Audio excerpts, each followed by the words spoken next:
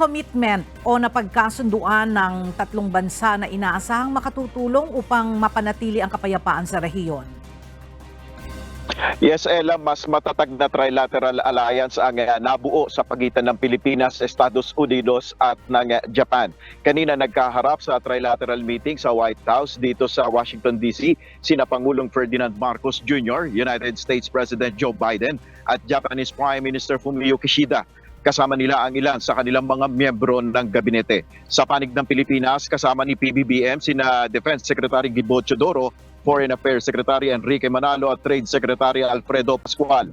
Ipinahayag ng tatlong lider ang kanilang pagnanais na mapanatili at maisulong ang kapayapaan sa Indo-Pacific region. Sa kanilang inilabas na Joint Vision Statement matapos ang trilateral meeting, nangako ang tatlong Indo-Pacific maritime democracies sa pagsusulong ng malaya at bukas na Indo-Pacific. Muling inihayag rin ni President Biden ang ironclad alliance nito sa Japan at Pilipinas na nakatulong umano upang mapanatili ang kapayapaan at seguridad sa rehiyon sa nakalipas na mga dekada. Nagpahayag rin na seryosong pagkabahala ang tatlong bansa sa agresibong aksyon ng Beijing sa South China Sea. Kanina sa pulong, binigyan din ni Pangulong Marcos ang kahalagahan ng pagpapalago ng ekonomiya at pagsusulong ng kapayapaan.